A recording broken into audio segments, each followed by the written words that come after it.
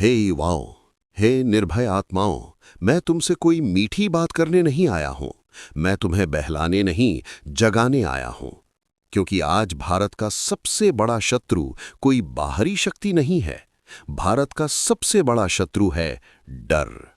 डर जिसने तुम्हारी रीढ़ तोड़ दी है, डर जिसने तुम्हें याचक बना दिया है, डर जिसने तुम्हें अपनी ही शक्ति से अनजान कर दिया है।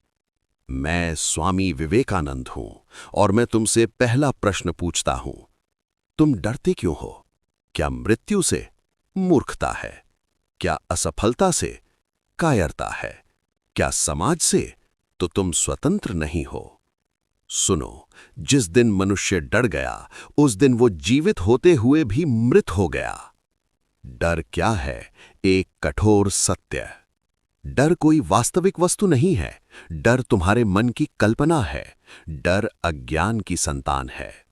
मैं स्पष्ट कहता हूं, डर पाप से भी बड़ा पाप है। क्योंकि पाप एक कर्म है, लेकिन डर तुम्हें कर्म से रोक देता है।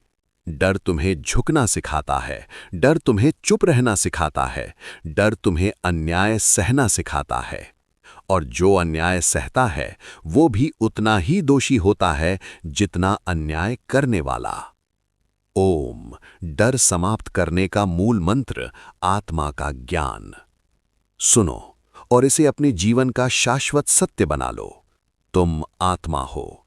आत्मा अजर है, अमर है, अविनाशी है।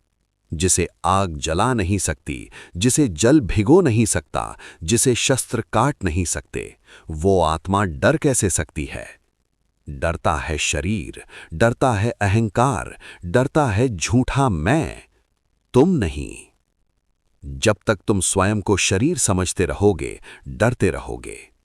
तुम कहते हो मुझे चोट लग जाएगी, लोग क्या कहेंगे, मैं असफल हो गया तो? ये सब किसके प्रश्न हैं? शरीर के, समाज के, अहंकार के। आत्मा का कोई अपमान नहीं होता। आत्मा की कोई हार नहीं होती। इसीलिए मैंने कहा था, खुद को कमजोर समझना सबसे बड़ा पाप है।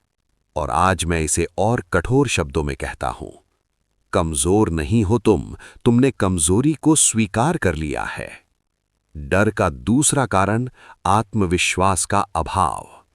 तुम दूसरों पर निर्भर हो, तुम प्रमाण चाहते हो, तुम स्वीकृति चाहते हो, इसलिए डरते हो। जिस दिन तुमने स्वयं पर भरोसा करना सीख लिया, उस दिन डर तुम्हारे पास फटक भी नहीं पाएगा। याद रखो, जिसे स्वयं पर विश्वास हो, उसे संसार की स्वीकृति की आवश्यकता नहीं होती।